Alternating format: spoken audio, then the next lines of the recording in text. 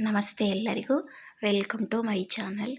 ಇದು ಗೌರಿ ಹಬ್ಬದ ದಿವಸ ನಾವು ಮಾರ್ಕೆಟಿಗೆ ಬಂದಿದ್ದೀವಿ. ಹೂವು ಹಣ್ಣು ಎಲ್ಲ ಪರ್ಚೇಸಿಂಗ್ಗೆ, ಹಾಗೆ ಗಣಪತಿನೂ ತೊಗೊಂಡೋಗೋಣ ಅಂತ ನಾವು ಮಾರ್ಕೆಟಿಗೆ ಬಂದಿದ್ದೀವಿ. ಗಣಪತಿಗಳೆಲ್ಲ ನೋಡ್ತಾ ಇದ್ರೆ ಯಾವ್ದು ತೊಗೋಬೇಕು ಅಂತಲೇ ಗೊತ್ತಾಗಲ್ಲ, ಅಷ್ಟು ಮುದ್ದಾಗಿದೆ ಗಣೇಶಪ್ಪ ಎಲ್ಲ. ಮತ್ತು ನಾವು ಒಂದು 3 ದಿನ ತೊಗೊಂಡು ಮತ್ತು ಬೆಳಗ್ಗೆ ಬೇಗ ಪೂಜೆ ಮಾಡ್ಬೋದು, ಇವತ್ತೇ ತೊಗೊಂಡೋಗಿ ಇಟ್ಕೊಂಡ್ರಿ ಅಂತ ಹೇಳ್ಬಿಟ್ಟು ನಾವು ಗೌರಮ್ಮನ ಗಣಪತಿನ ತೊಗೊಂಡು ಬಂದು, ಮತ್ತು ಬೆಳಗ್ಗೆ ಬೇಗ ಎದ್ದು ಎಲ್ಲ ಸ್ವಚ್ಛ ಮಾಡಿ ಹೊರಗಡೆ ಎಲ್ಲ, ಮತ್ತು ಕಡುಬಿಗೆ ಎಲ್ಲ ರೆಡಿ ಮಾಡ್ಕೊಳ್ಳೋಣ ಅಂತ ಹೇಳ್ಬಿಟ್ಟು ನಾನು ಕಡುಬಿಗೆ ಹುರ್ಕೊಳ್ತಾ ಇದ್ದೀನಿ.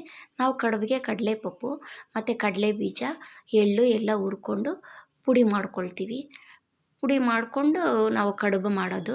ಒಬ್ಬೊಬ್ಬರು ಒಂದೊಂದು ಥರ ಕಡುಬು ಮಾಡ್ತಾರೆ, ನಾವು ಈ ಥರ ಕಡುಬು ಮಾಡ್ತೀವಿ. ನಿಮ್ಮ ಮನೇಲಿ ಯಾವ ಥರ ಮಾಡ್ತೀರಾ ನಮಗೆ ಕಮೆಂಟಲ್ಲಿ ತಿಳಿಸಿ. ಆ ಥರನೂ ಒಂದ್ಸಲಿ ಮಾಡಿದ್ರೆ ನಮಗೂ ಟೇಸ್ಟ್ ಗೊತ್ತಾಗುತ್ತೆ. ಮತ್ತು ಇವಾಗ ನಾನು ಇಲ್ಲಿ ಅಡುಗೆಗೆ ರೆಡಿ ಮಾಡ್ಕೊಳ್ತಾ ಇದ್ದೆ. ಮತ್ತು ಹೊರಗಡೆ ನಮ್ಮ ಮಗ ಅವರು ಗಣೇಶ ಕುಂಡ್ಸೋಕ್ಕೆ ಸ್ವಲ್ಪ ಒಂದು ಚಿಕ್ಕದಾಗಿ ಒಂದು ಡೆಕೋರೇಷನ್ ಮಾಡ್ತಾಯಿದ್ರು. ನೋಡು, ನಾನು ಕಡಲೆಕಾಳು ನೈಟೇ ನೆನೆಸಿಟ್ಟಿದ್ದೆ. ಕಡಲೆಕಾಳು ಉಸ್ಲಿ ಮಾಡಬೇಕಲ್ವ, ಬೆಳಗ್ಗೆ ಗಣಪನಿಗೆ ಇಷ್ಟ. ಹಾಗಾಗಿ ನಾನು ಕಡಲೆಕಾಳು ಉಸ್ಲಿ ಎಲ್ಲ ಮಾಡೋಣ ಅಂತ ಒಳಗಡೆ ಅಡುಗೆ ಮಾಡ್ತಾಯಿದ್ದೆ. ನಮ್ಮ ಮಗ ಅವರು ಗಣಪನ ಕುಂಡಿಸ್ತಾ ಇದ್ದಾರೆ, ಗಣಪ ಅಲಂಕಾರ ಅವ್ರು ಮಾಡ್ತಾಯಿದ್ದಾರೆ.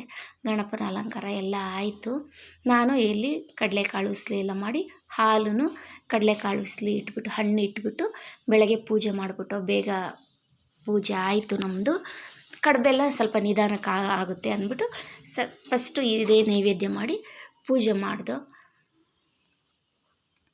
ನಿಮ್ಮ ಮನೇಲಿ ಯಾವ ಥರ ಗಣಪತಿನ ಕೂಡಿಸಿದ್ರಿ ನಮಗೆ ಕಮೆಂಟಲ್ಲಿ ತಿಳಿಸಿ. ನಮ್ಮ ಗಣಪ ಹೇಗಿದ್ದಾನೆ ಅಂತ ಹೇಳಿ, ಗಣಪ ಗೌರಮ್ಮನ ಕಮೆಂಟಲ್ಲಿ ತಿಳಿಸಿ. ಮತ್ತು ಮಂಗಳಾರತಿ ಎಲ್ಲ ಆಯಿತು. ಮಂಗಳಾರತಿ ಎಲ್ಲ ಆದಮೇಲೆ ನಾವು ಮತ್ತೆ ಅಡುಗೆ ಶುರು ಮಾಡಿಕೊಂಡೆ. ನಾನು ನುಗ್ಗೆಕಾಯಿ ಸಾಂಬಾರು ಮಾಡೋಣ ಅಂತ ಬೇಳೆ ತರಕಾರಿ ಎಲ್ಲ ಹಾಕಿ ಕುಕ್ಕರ್ ಮುಚ್ಚಿಟ್ಬಿಡ್ತೀನಿ. ನಾನು ಟೊಮೊಟೊನ ಹೀಗೆ ಉಂಡುಂಡೆನೇ ಹಾಕ್ಬಿಡ್ತೀನಿ. ಅದು ಆಮೇಲೆ ರುಬ್ಕೊಂಡ್ರೆ ತುಂಬ ಚೆನ್ನಾಗಿರುತ್ತೆ ಸಾಂಬಾರು. ಮತ್ತು ದೇವ್ರ ಮನೇಲೂ ಕೂಡ ದೇವ್ರಿಗೆ ಹಾಗೆ ಒಟ್ಟಿಗೆ ಪೂಜೆ ಮಾಡಿದ್ವಿ ರೆಡಿ ಮಾಡಿಬಿಟ್ಟು. ಮತ್ತು ಇಲ್ಲಿ ಸಾಂಬಾರಿಗೆ ಆಲ್ಮೋಸ್ಟ್ ರೆಡಿ ಆಯಿತು. ಮಸಾಲೆ ಎಲ್ಲ ರುಬ್ಕೊಂಡೆ ನಾನು. ಮಸಾಲೆ ರುಬ್ಕೊಂಡು ಹುಣ್ಸೆಹಣ್ಣೆಲ್ಲ ಹಾಕಿ, ಮತ್ತು ಬೇಳೆ ಎಲ್ಲ ಕೂಗಿಸಿದ್ವಲ್ಲ ಅದನ್ನು ಇದಕ್ಕೆ ತೆಗೆದು ಹಾಕಿದ್ರೆ ಸಾಂಬಾರು ಆಯಿತು. ನಾನು ಟೊಮೊಟೊ ಎಲ್ಲ ತಕ್ಕೊಂಡು ರುಬ್ಕೊಂಡ್ಬಿಡ್ತೀನಿ. ಇದಕ್ಕೇ ನುಗ್ಗೆಕಾಯಿ ಹಾಕಿ ಒಂದು 10 ನಿಮಿಷ ಬೇಯಿಸಿಬಿಟ್ರೆ ನುಗ್ಗೆಕಾಯಿ ಚೆನ್ನಾಗಿರುತ್ತೆ. ಬೇಳೆ ಜೊತೆ ಒಂದೇ ಸರಿ ಹಾಕ್ಬಿಟ್ರೆ ಕಲಸ್ಕೊಬಿಡುತ್ತೆ. ಮತ್ತು ಕಡುಬಿಗೆ ನಾನು ಎಲ್ಲ ಪುಡಿ ಮಾಡಿ ಇಟ್ಕೊಂಡಿದ್ದೆ.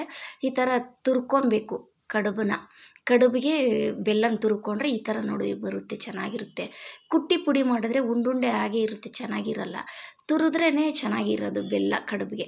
ನಾನು ತುರಿದ್ಬಿಟ್ಟು ಎಲ್ಲ ಮಿಕ್ಸ್ ಮಾಡಿ ಇಟ್ಕೊಳ್ತಾ ಇದ್ದೀನಿ. ನಾವು ಸ್ವಲ್ಪ ಅರ್ಧ ಎತ್ತಿಟ್ಕೊಂಡ್ಬಿಡ್ತೀನಿ ನಾನು.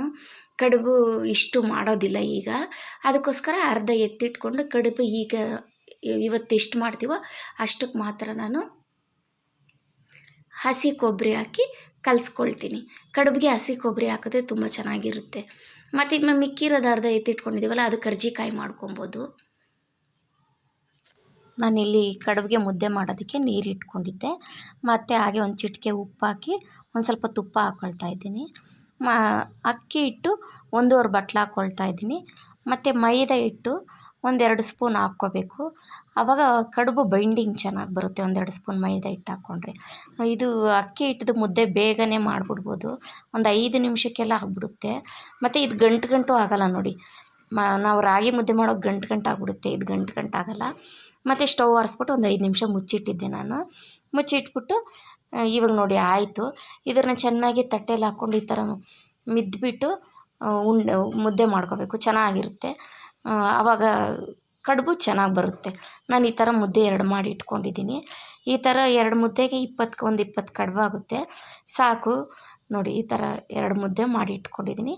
ಈಗ ನಾವು ಕಡುಬು ಮಾಡ್ಕೊಳ್ಳೋಕ್ಕೆ ಪ್ಲಾಸ್ಟಿಕ್ ಶೀಟ್ ತೊಗೊಂಡಿದ್ದೀನಿ.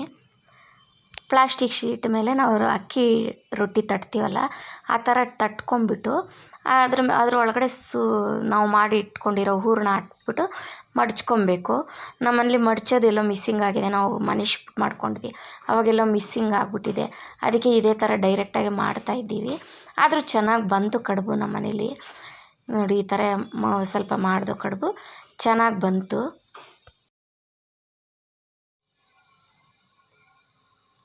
ಕಡುಬು ಕೆಲಸ ಎಲ್ಲ ಆಲ್ಮೋಸ್ಟ್ ಮುಗೀತು ನಮ್ಮದು.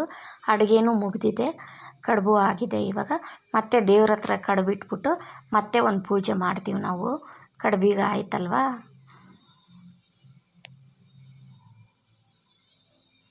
ನೋಡಿ, ಕಡುಬನ್ನ ಈ ಥರ ಡೈರೆಕ್ಟಾಗಿ ಮುಚ್ಚಿಬಿಟ್ಟು ಸ್ವಲ್ಪ ಕಟ್ ಮಾಡಿ ಎಕ್ಸ್ಟ್ರಾ ಇರೋದನ್ನು ಸ್ವಲ್ಪ ಕಟ್ ಮಾಡ್ಕೊಂಬಿಟ್ರೆ ಚೆನ್ನಾಗಿ ಶೇಪೂ ಚೆನ್ನಾಗಿ ಕಾಣಿಸುತ್ತೆ. ಮತ್ತು ನಾವು ಕಡುಬು ಮಡಚೋದ್ರಲ್ಲಿ ಮಾಡ್ತೀವಲ್ಲ ಅದೇ ಥರನೇ ಇರುತ್ತೆ ಇದು. ಈ ಥರ ಮಾಡಿದ್ರೆ ಚೆನ್ನಾಗೇ ಬಂತು ನೋಡಿ, ಶೇಪೆಲ್ಲ ಚೆನ್ನಾಗಿದೆ ಕಡುಬು.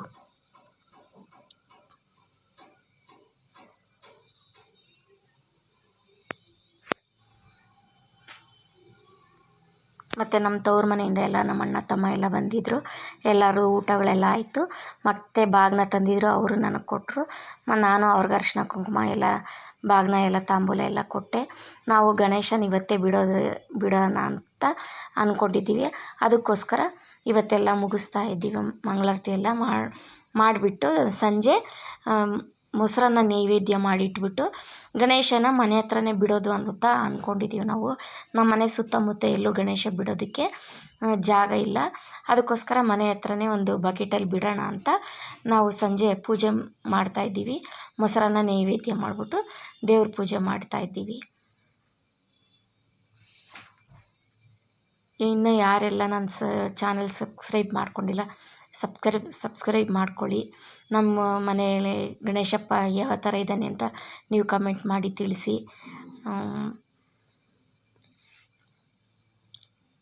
ನಮ್ಮ ಗಣೇಶನ ವಿಸರ್ಜನೆ ಕಾರ್ಯಕ್ರಮ ನಡೀತಾ ಇದೆ. ಇಷ್ಟೊತ್ತು ನನ್ನ ವಿಡಿಯೋ ನೋಡಿದ್ದಕ್ಕೆ ನಿಮ್ಮೆಲ್ಲರಿಗೂ ಧನ್ಯವಾದಗಳು. ಮತ್ತೊಂದು ವಿಡಿಯೋದಲ್ಲಿ ಸಿಗ್ತೀನಿ. Take care. ಎಲ್ಲರಿಗೂ ಬಾಯ್ ಬಾಯ್.